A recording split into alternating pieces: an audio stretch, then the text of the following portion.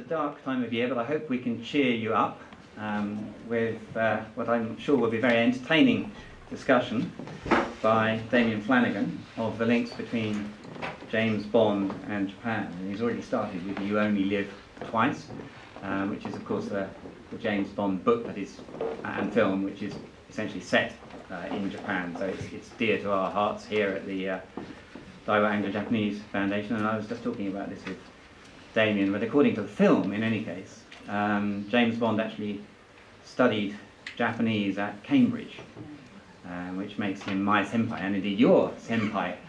But apparently that's not in the book, so I'm not sure we can really boast about that. So anyway, Damian is well known to a number of you here. He's spoken here, we think, 4 times before, always to very enthusiastic audiences. He lives partly in Japan and partly in the UK, and he has a PhD from Kobe University on Japanese literature, which I believe he did entirely in Japanese, and he's certainly published books about Japanese literature in Japanese, which have sold very well to Japanese people. In particular, he's an expert on Soseki and Mishima, 2 of Japan's most important 20th century authors, and has spoken about those in the past. But as he said when I saw him this evening, now for something completely different. So, over to you, Damian.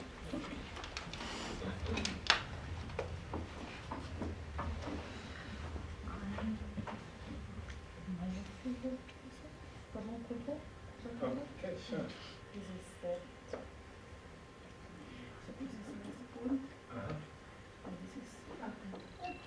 So if you want to sit down, you're welcome. All right.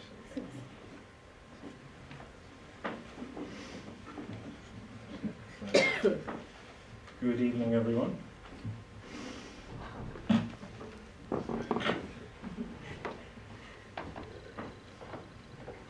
poster, isn't it? Rising up in a small helicopter into a clear blue sky, a British Secret Service agent, played with somewhat Scottish flair, passes over the smoking vapours of the volcanic landscape in the far south of Japan, looking for the secret hideaway of a master criminal. Before he knows it, several Spectre helicopters are on his tail, but not for long. Using a cunning combination of flame guns, aerial mines, heat-seeking missiles and machine guns, the Englishman, perhaps you recall his name, and his autogyro Little Nelly are free again above the wilds of Kyushu. Down below, in a space-age rocket base carved inside a volcano, Ernst Stavro Blofeld strokes a cat and plots nuclear Armageddon. The world falters on its axis, and only one man can save it. When the 5th James Bond film, You Only Live Twice, premiered 51 years ago in 1967, audiences were treated to a 007 adventure more spectacular than anything they had ever witnessed, and one that exploited to the maximum its exotic Japanese locale, incorporating sumo wrestling, a ninja training school, and seductive Japanese girls. Bond even appeared disguised as a Japanese fisherman in his attempt to penetrate Blofeld's volcanic fortress. Seasoned Japan watchers are likely to roll their eyes at the depiction of Japanese culture in the film, and even more so in Ian Fleming's original 1964 novel. According to Fleming and his voice piece Taiga Tanaka, the head of the Japanese Secret Service, Japan is a nation obsessed with honor and suicide, and villagers clap their hands with joy and pride at hearing of the sacrifice of one of their youths. The script for the film was completely reworked by screenwriter Roald Dahl. In Fleming's original, Blofeld is not holed up in a missile base, but in a Japanese castle surrounded by a garden of death somewhere near Fukuoka. The garden is full of poisonous plants and animals and is causing the Japanese to drop like flies as they cannot resist going there to kill themselves. Preposterous and absurd, naturally, Mr. Bond.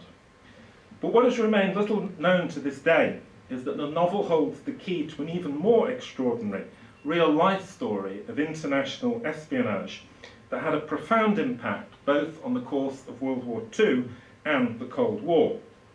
At the heart of it was an exclusive Tokyo-based Sherlock Holmes society called the Beretta Chapter, run by an apparently boorish Australian reporter called Richard Hughes, a close personal friend and colleague of Fleming.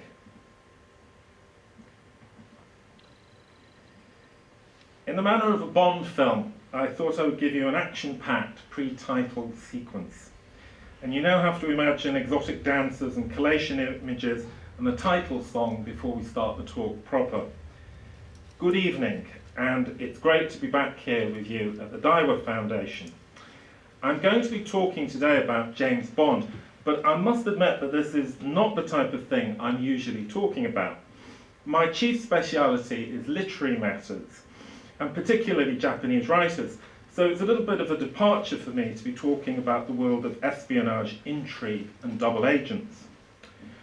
Until last year, I'd actually never read a James Bond novel, though I was familiar, like perhaps many of you, with the James Bond films, all of which I'd seen and re-seen on many occasions. I had a copy of Goldfinger hanging around my house in Japan for years, but I just never got round to reading it.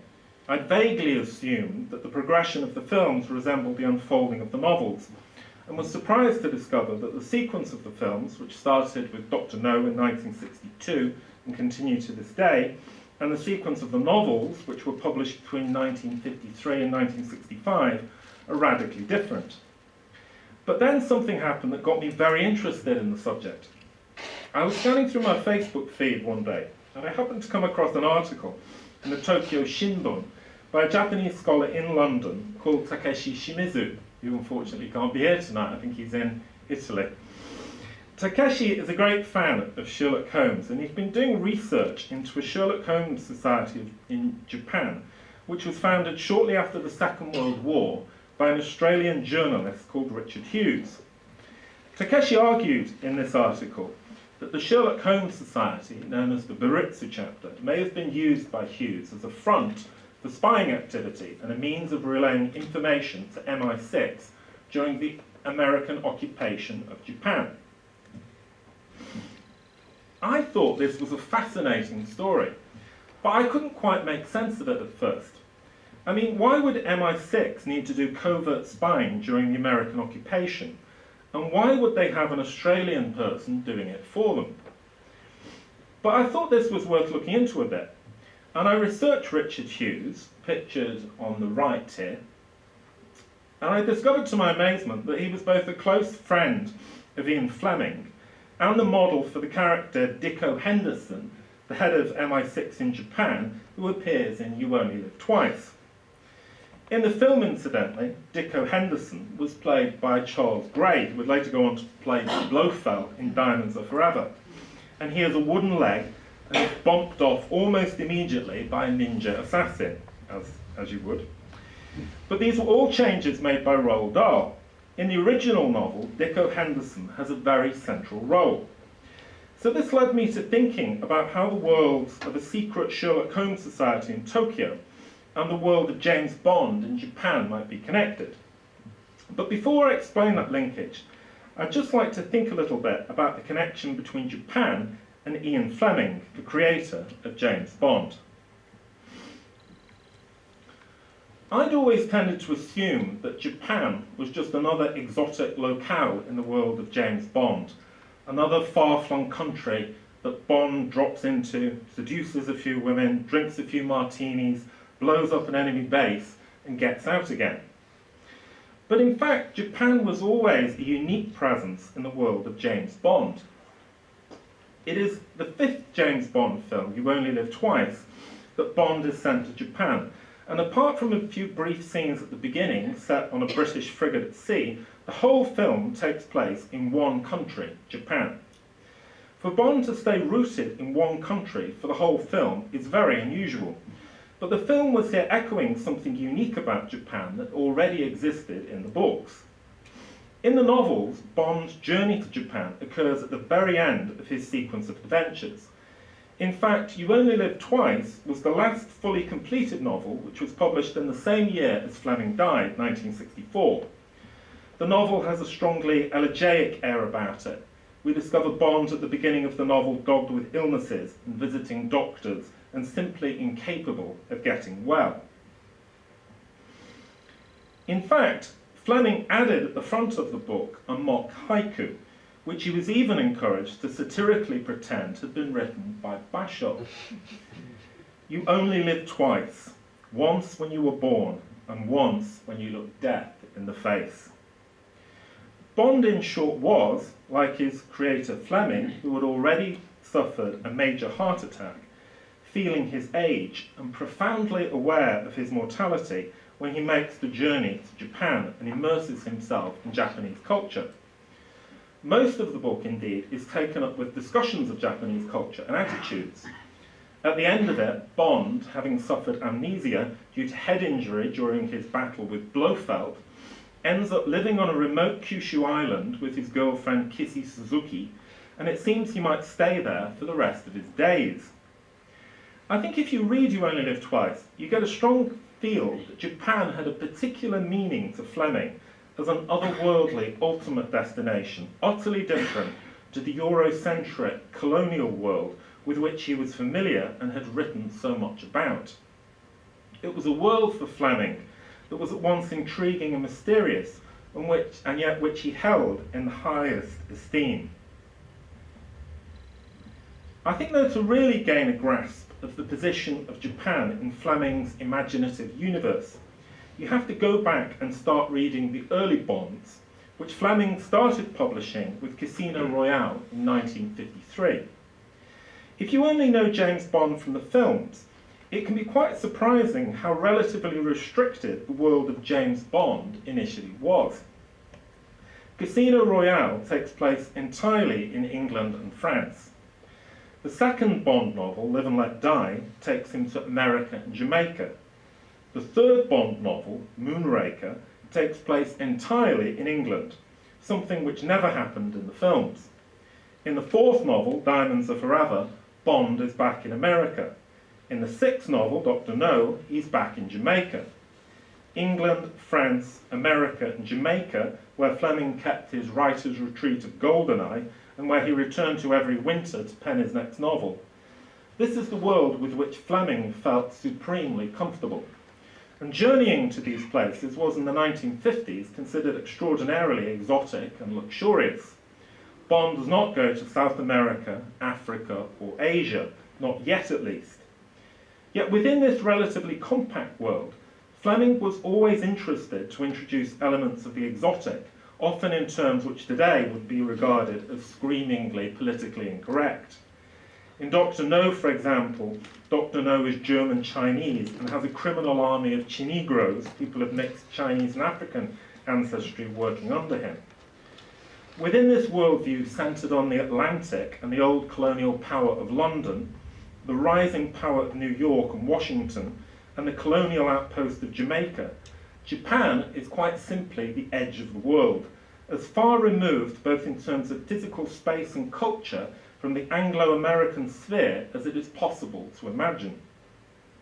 That then is the world of Fleming's creative imagination in the mid-1950s, before he actually came to visit Japan for the first time in 1959.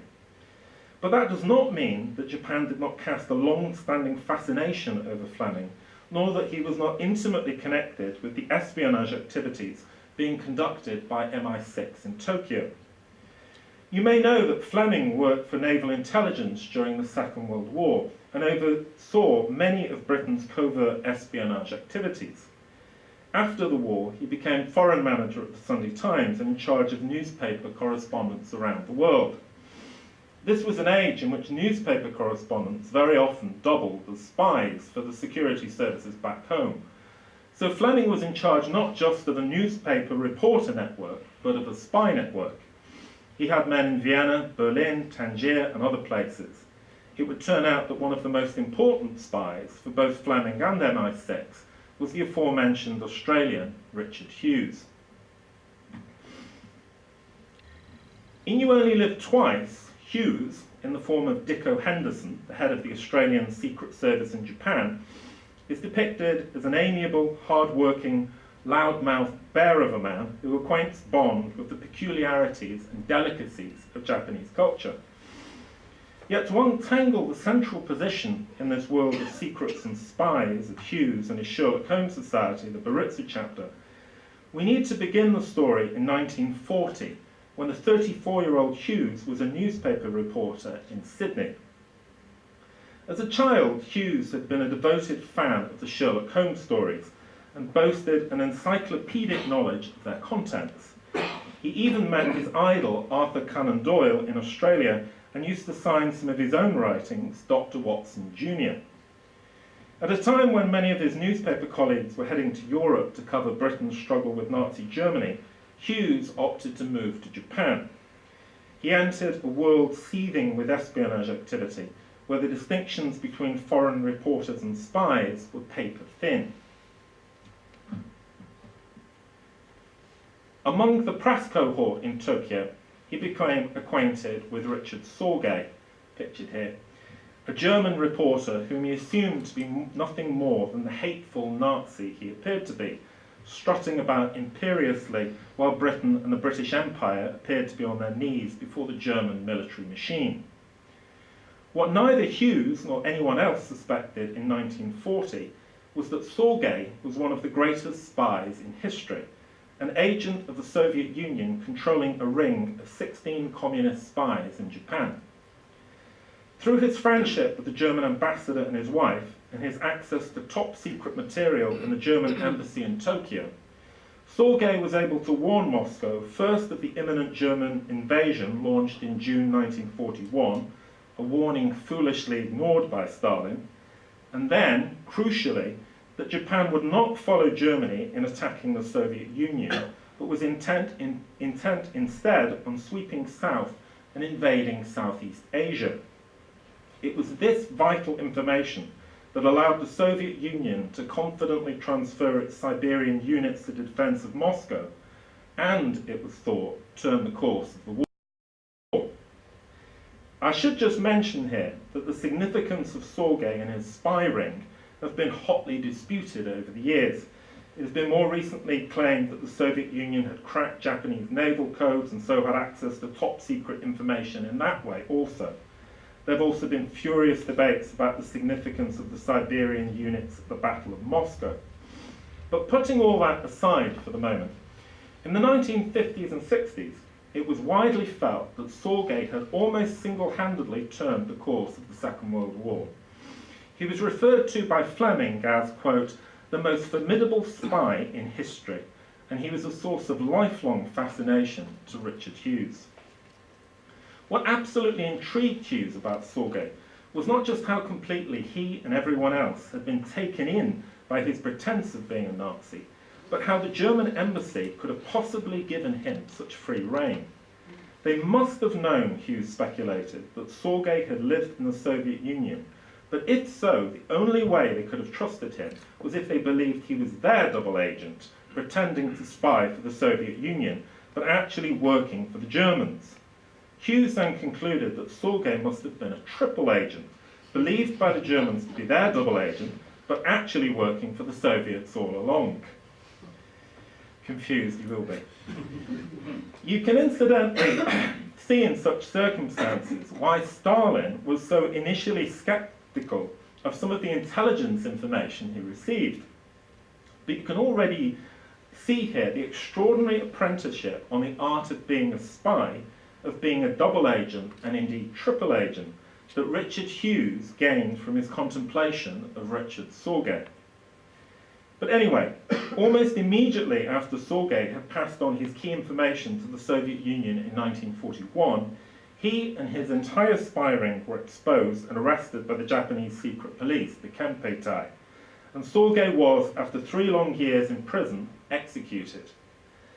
Stalin refused, incidentally, to save Sorge by swapping a captured Japanese agent for him. This was common practice. This further fueled Hughes' later theories about double agents and double crosses. Nor were Sorge and Hughes the only reporters caught up in the espionage machinations of the age. Just before Hughes arrived in Japan, Jimmy Cox, the Reuters correspondent in Tokyo, fell to his death from a window while under Kempei arrest under mysterious circumstances. Was he pushed? Did he jump? In this world of espionage, torture and secrets, nothing is entirely clear.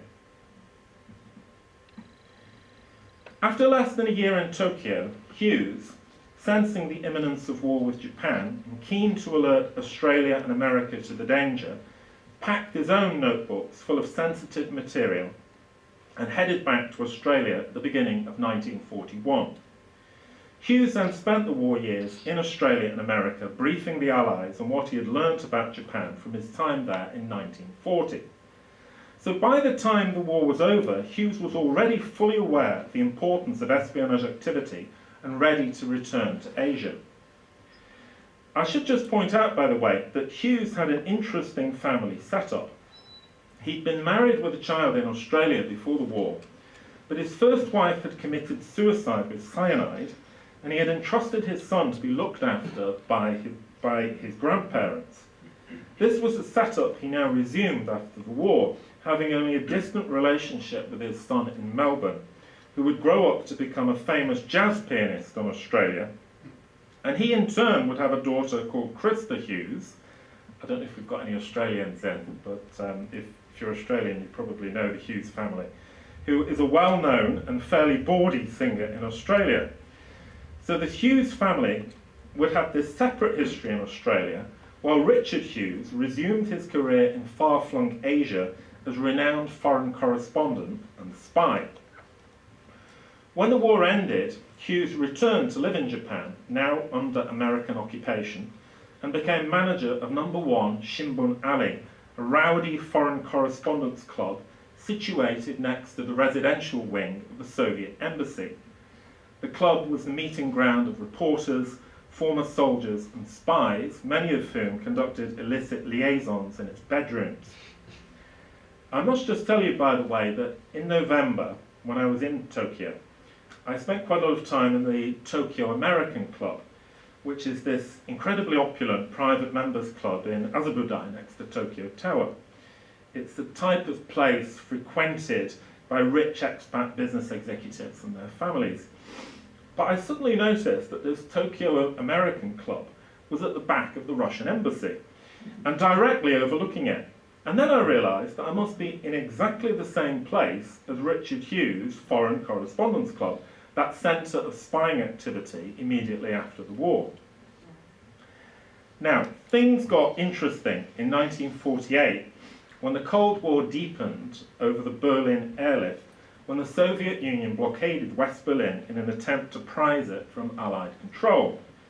Hughes was dismissed as manager of the Foreign Correspondence Club and swore never to return to it. At the same time, he started working as a foreign correspondent for London's Sunday Times under its foreign manager, Ian Fleming. It's at this precise moment, when Fleming and Hughes come into contact, that Hughes decides to create his own intelligence network by founding the Beretta chapter, supposedly the Asian section of the Baker Street Irregulars, as Sherlock Holmes Appreciation Society, first founded in the United States in 1934. Baritsu, you might know, is the name given to a fictional form of martial art that Holmes is described as using to defeat his arch nemesis Moriarty while wrestling with him at the Reichenbach Falls. Anyway, Richard Hughes' Baritsu chapter was invitation only, and at first had just 12 high-profile members, including Walter Simmons, the chief correspondent of the Chicago Tribune, and renowned Japanese fantasy author Edogawa Rampo, pictured here, who had himself created many classic stories inspired by Sherlock Holmes. The first society dinner was a lavish 11-course affair. Japanese Prime Minister Shigeru Yoshida himself was due to participate, but offered last-minute apologies due to an emergency meeting with General Douglas MacArthur, the Allied commander in Japan. He promised that nothing would prevent him from attending the next meeting. His son, pictured here, satirical author and Anglophile Kenichi Yoshida, was also a keen member. The Baritsu chapter might have appeared as an innocuous recreational hobby for Hughes, but it was actually a cunning way of keeping in close contact with the highest strata of power and information, from US correspondents close to the occupation authorities to the Prime Minister himself. You can really see what a brilliant idea this was. You create a society that has the most powerful and influential figures in Japan in it. You then let them relax over drinks, and you carefully absorb all their conversations and all the hints of diplomatic and political secrets they hold. Hughes had carefully absorbed the precepts of Hotsumi Ozaki, the right-hand man of spymaster Richard Sorge, that the best means of acquiring information was to appear not to want to know it. In the relaxed, boozy atmosphere of the Beretta chapter, Hughes was bringing together some of the greatest fonts of information in occupation Japan. For MI6 in London, that was highly useful information, because their supposed American allies would not necessarily share secret information about East Asia with them. This is actually a key theme of the novel You Only Live Twice. And remember that at this time, Britain still had its colonial outposts in Hong Kong, Malaysia and Singapore, and so had a keen involvement with East Asian affairs. But things were about to get a lot more interesting. When the Korean War erupted in 1950, the front line of the Cold War transferred to this corner of East Asia. Tokyo once more simmered with espionage activity. At a party, the Russians discreetly asked Hughes if he would consider selling secrets to them. Hughes notified Fleming in London, who in turn consulted MI6. Briefed by Fleming and MI6, Hughes pretended to accept the Russian advance and asked for double the money to convince the KGB of his seriousness. Hughes' career as a double agent had begun. He set about providing the KGB information prepared by MI6, and rather appropriately picked as his code name Altamont, the alias of Sherlock Holmes when he frustrates the plot of the German spy von Bork in His Last Bow. Hughes had not just started a new life working as a double agent instructed by Fleming, he actually believed that Fleming had saved his life. When in 1950 Hughes had wished to go and report on the Korean War, Fleming had strenuously ordered him not to go. Hughes did it until the last moment, and 3 other journalists kept him a seat free on their jeep. Hughes finally bowed to Fleming's wishes. The jeep went ahead without him, hit a landmine, and all 3 journalists were killed. Rescued from certain death, the second life that Hughes started as a double agent would see him act out the kind of espionage fantasies that Fleming ascribed to James Bond, the fictional hero whom he began to depict in his famous series of novels from 1953. In 1955, Fleming sent Hughes to Moscow, where he stayed for 3 months, nominally to gain an interview with Nikita Khrushchev, pictured on the left here, ahead of his first state visit to the UK. But the greater glory would be to gain a confirmed sighting of the notorious British spies for the Soviet Union, Guy Burgess and Donald Maclean, who had disappeared from the UK in 1951 and whose subsequent movements were unknown. Hughes would later recall almost going out of his mind, spending months and months waiting to see if he would be allowed access to Khrushchev. But the Soviets were of course well disposed towards Hughes because they believed he was secretly working for them. Hughes could hardly believe his luck when on his last day in Moscow he was led to room 101 of the Hotel National and introduced to Burgess and Maclean in person. Hughes got the scoop of the decade and returned to London the toast of Fleet Street. By the mid-1950s, Hughes had moved his base from Tokyo to Hong Kong in order to more effectively monitor communist China and the increasing tensions in Vietnam, Malaysia and Indonesia. Hughes would soon gain a reputation as the preeminent China watcher, able through his network of contacts to discern the true situation in the communist citadel through the mist of official pronouncements during the eras of the Great Leap Forward and the Cultural Revolution. Hughes would later recall his thoughts on China in the 1950s and 60s and 70s in a couple of his books of memoirs, which are pictured here. Fleming visited Hughes in Hong Kong in 1959. He was writing a book called Thrilling Cities, and Hughes guided him around the flashpots of Macau, and they travelled on to Tokyo. Fleming only spent a few days in the city, but packed a lot in.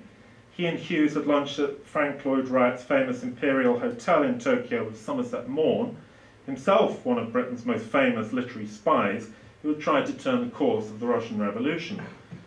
Then the three of them headed to a judo dojo before Fleming and Hughes rounded off the day on the Ginza, knocking back sashimi and copious amounts of sake. The following day, Fleming also ate eel and enjoyed a Japanese bath before jetting off again. By 1962, Fleming was already fragile, having suffered a heart attack the year before. He informed Hughes that for the next 007 adventure, You Only Live Twice, he'd be sending Bond to Japan and that he planned to return and travel more widely across the country.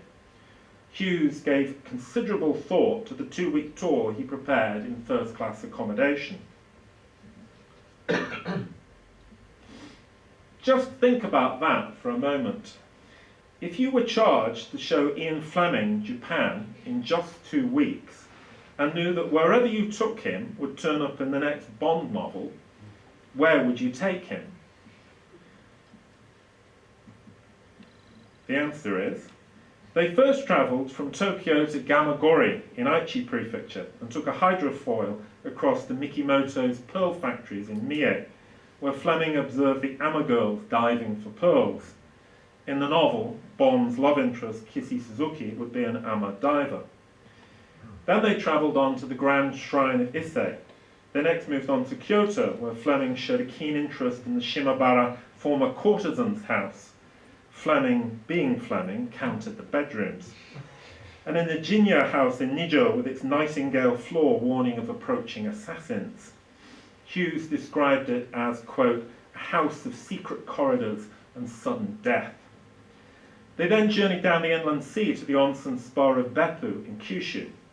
Their destination was the city of Fukuoka. Hughes later regretted not choosing Nagasaki instead, which in the novel would be close to the hideout of Bond's nemesis Blofeld, and where they inspected a provincial police station.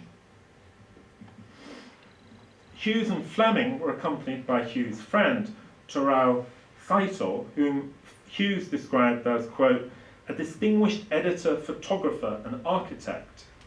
Fleming would later depict Tiger Tanaka as a man who had taken a first in PPE in Oxford in his youth, before spying for the Japanese government in London and volunteering to be a kamikaze during the war.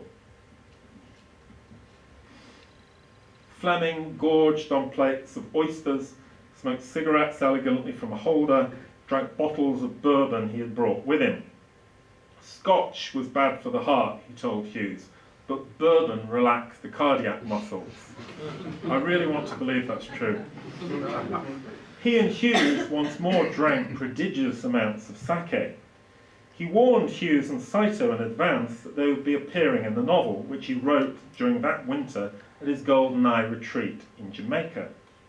Hughes complained that he would sue if his portrayal by Fleming was too satirical.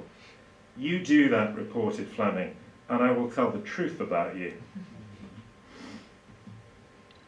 After being portrayed in You Only Live Twice as the head of the Australian Secret Service in Japan, the spy credentials of Altamont, the Sherlock Holmes-style spy, should have been blown forever.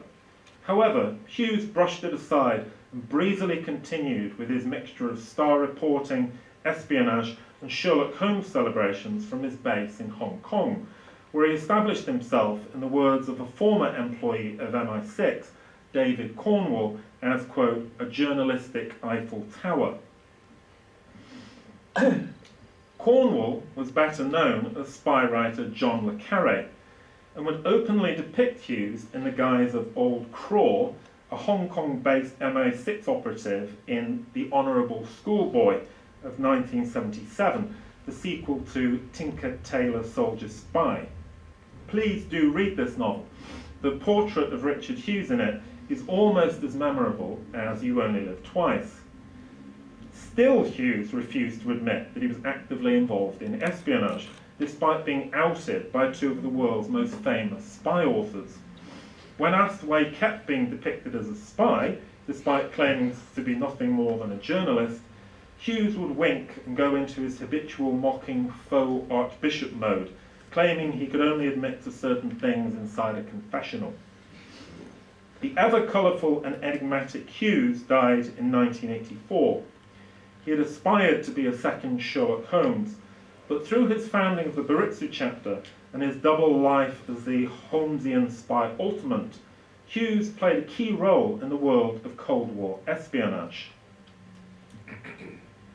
Fleming died of a heart attack in 1964, the same year as You Only Live Twice, a novel obsessed with decline and mortality, was published. When Fleming parted from Hughes and Saito, he had insisted on presenting his Japanese host with his dapper shooting stick, which had attracted much admiration while he was in Japan. Saito at first refused, but Fleming insisted. "Yes, yes, old friend," Fleming told Saito. "We are only as good as our friends." Fleming's gift to Hughes, a once renowned but now largely forgotten reporter, was not just his second life as a double agent, but his encapsulation of Hughes' fascination with Japanese culture and his secret world of Tokyo-based espionage in You Only Live Twice. What I've hoped to show you in some small way today is just how crucial the spy networks in Japan were during the Second World War and the Cold War, but also give you some hints of the unique place that Japan held in the imagination of Ian Fleming. My thoughts about Ian Fleming and Japan are in fact still evolving. For example, I've recently realised how important Fleming's 1958 novel, Dr. No, is in psychologically untangling the significance of Fleming's movement towards Japan.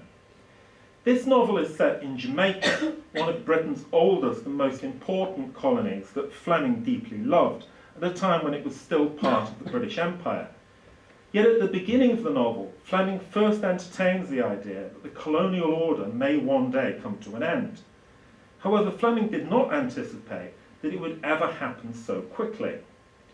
Midway through the novel, Fleming explicitly mentions Japan as the type of place on the fringe of the world that expat officials could be sent to. Yet at the end of the novel, when in Dr. No's lair, James Bond does something quite unusual. He puts on a kimono. Bond, remember, is not the type of man to usually wear the dress of other nations. So what I want to suggest to you is that the collapse in certainty about the colonial world order and Britain's place in it, and Fleming's embrace of Japan are profoundly connected. 1962, the year that Fleming revisited and toured Japan, is also the year that Jamaica gained independence, just 4 years after Fleming had vaguely contemplated the idea in Dr. No. That Bond goes within those 4 years to trying on a kimono, to thinking of living out his days as a fisherman off the Kyushu coast, is, I think, intimately connected to the shock process of decolonisation, particularly of Jamaica. I began this talk by saying that I usually talked about literary matters, but I cannot recommend highly enough to you the James Bond novels as literary classics and psychologically fascinating. Casino Royale is one of the most wonderful novels you will ever read, but I would also suggest that James Bond's Japanese adventure, You Only Live Twice, opens a doorway to a secret world of Japanese history you might otherwise never encounter. Thanks so much for listening to me.